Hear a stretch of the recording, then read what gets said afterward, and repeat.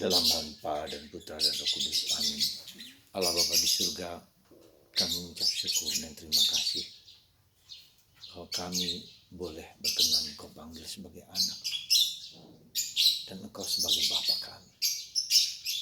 Dan itu dinyatakan oleh Yesus kepada kami. Semoga relasi personal sebagai anak dan sebagai Bapa kami sadari, kami terima dan kami jalankan sebagai kebenaran yang kami perjuangkan dalam hidup kami.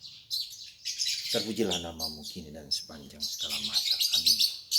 Saudaraku terkasih dalam Kristus, ada satu kata yang harus kita sadari dengan sungguh-sungguh, itu perjanjian. Perjanjian lama dan perjanjian baru. Kata perjanjian ini adalah kata di mana sebetulnya suatu kontrak antara sederajat saya dengan seseorang. Sederajat sebagai manusia, kontrak, perjanjian untuk menaati apa yang disepakati bersama. Nah, ini menjadi aneh ketika Tuhan sendiri yang adalah Tuhan pencipta semesta alam, yang lebih berkuasa, lebih hebat, lebih mulia, lebih apalah, mahal, segala mahal, yang baik, mau berjanji untuk taat kepada manusia, berjanji untuk mendampingi manusia, berjanji untuk menyertai kita. Tuhan hanya minta kepada kita apa? Kita taat kepada kehendaknya. Suatu kontrak yang tidak seimbang, yang tak bisa sebetulnya terjadi dalam suatu relasi. Tapi Allah mau. Maka Abraham ketika Tuhan berjanji kepada Abraham bahwa dia akan mendapatkan keturunan sebanyak bintang di langit dan pasir di pada laut. Kerajaannya tak akan berakhir. Dan banyak sekali lagi kuasa manapun yang anugerah yang diberikan, asalkan Abraham taat. Dan Abraham taat. Dia Abraham taat. Bahkan nanti ketika anaknya diminta untuk dikorbankan, dia taat. Meski tidak mudah. Pengalaman iman Abraham sebagai bapak Abraham bukanlah yang gampang. Di usia tuanya dia diminta justru dari istrinya lah, Sarah, ya, akan lahir seorang anak. Dan tanda kesediaan dan pertobatan itu adalah penggantian nama dari Abraham menjadi Abraham, dari Sarah menjadi Sarai. Ya. Dan ini menjadi suatu tanda kesetiaan Allah yang kekal abadi, dan manusia untuk juga belajar setia dan taat kepadanya. Itu saudaraku kata perjanjian. Maka perjanjian lama ini menjadi perjanjian yang tak dapat dan tak mampu disetiai oleh manusia karena keberdosaan manusia. Maka itulah kita ada perjanjian baru, di mana yang membaharui itu adalah Tuhan sendiri dengan memberikan putranya Yesus, memberikan sabdanya, memberikan kemanusiaan. Maka Yesus mengatakan, kalau kamu taat kepada firman-Ku, kamu tidak akan mati. Wah, ini luar biasa. Ketika kamu taat menghayati kehendak Allah, kamu tidak akan mati. Kamu tidak akan binasa.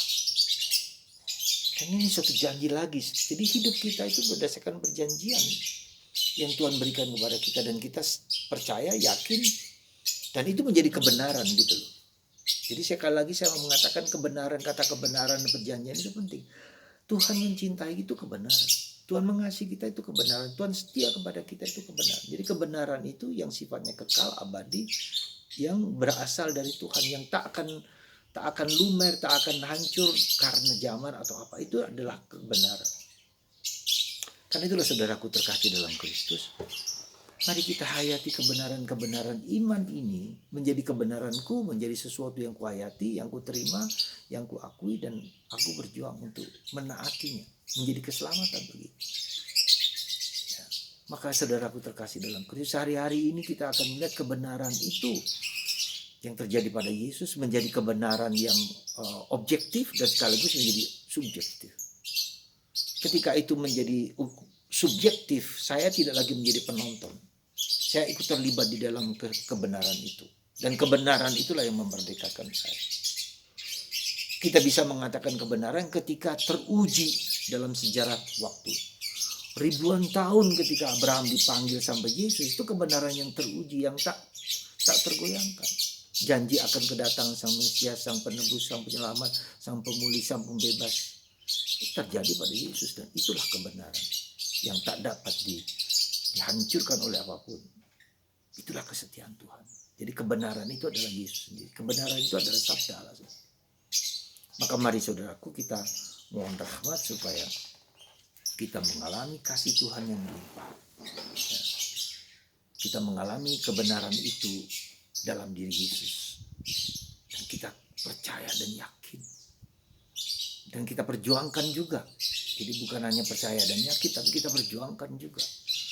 Ya, kita jadikan itu menjadi subjektif. Kita seringkali mudah melihat itu sebagai objektif, sebagai sesuatu yang kita pandang, tapi belum masuk ke dalam pribadi kita. Antara subjektif dan objektif ini menjadi sesuatu yang menguat, mengikat, dan menyatukan. Maka mari saudaraku terkasih, semoga Anda dan saya dan kita semua ya, sungguh-sungguh percaya akan janji Tuhan, dan itu menjadi kebenaran yang masuk dalam pikiran, perasaan, budi, tubuh, ragaku semua. Berkat Tuhan atas Anda semua hari ini dan sekarang menjelang Paskah ini. Kebenaran-kebenaran itu diuji lewat penderitaan, lewat kesakitan, lewat jatuh bangun kehidupan kita. Tuhan memberkati Anda dan saya. Bapa, Putra, dan Roh Kudus.